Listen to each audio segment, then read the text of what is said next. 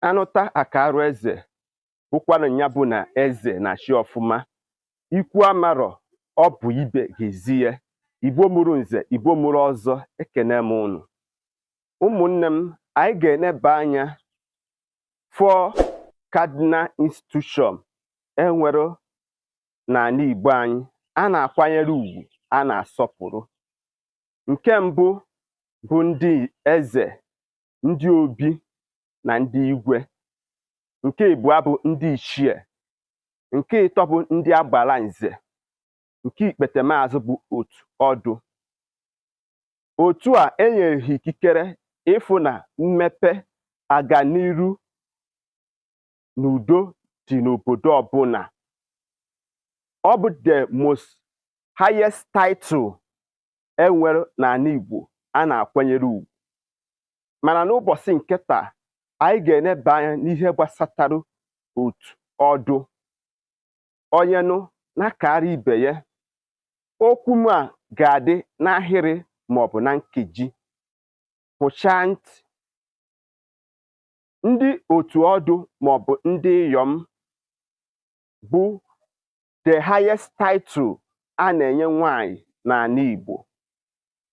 Iji wee kọwaa okwu a ọfụma ka ọ ga-esi wee doo gị anya. Ịbịa n'ụka, a na-enwe life member. Life member is the highest title a na-enye ụmụ nwanyị n'ụlọ ụka, maọbụ nke yitere ya dịka ezinne. Otu iyom maọbụ otu ọdụ dịka otu ndị nze na ọzọ. A na-akwanyere ha ugwu, a na-asọpụrụ ha. Tupu echie gị echichi a, ị ga-abụ nwanyị nwere integrity, prestige, nwanyị nwere good character or a philanthropist. Ị gaghịkwa n'ama na a ga-echi gị echichi a. Ọ bụ site n'ihe i mere obodo na oke nke gị nke ịtụnyere n'obodo, ịfụ na aganiru na mmepe na udo dị n'obodo gị. Ọnya bụ enecha anya, ndị obodo necha anya, asị ka echie nwanyị iyom. Likewise in the church, asị ka echie ya life member maọbụ ezinne. Nke dị ka ibe ya, echichi iyom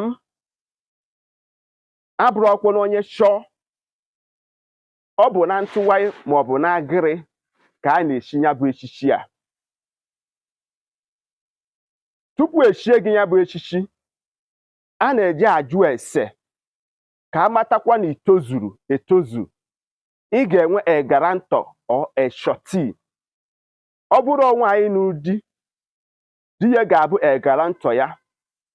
A ga-ajụ ụmụnna, jụọ obodo tupu echiwe gị echichi a. Ichi echichi a bụkwa n'echichi ọ ga-abụ ebe ọbụla ịbata n'ala Igbo anyị akwanye gị ugwu. Cheta na ekwuru m na ọ bụ most highest title a na-enye ụmụ nwanyị n'ala Igbo anyị.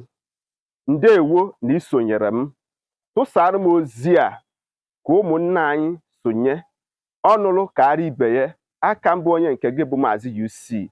Anyị ga-abanye n'agba nke abụọ ka nkọwara gị usoro na ihe niile so maka echichi ọdụ enyi maọbụ iyom n'ala Igbo. Ụmụnne m, onye anwụ na ngwọ na nke bụ nkwụ na-abịa. Ndewonu.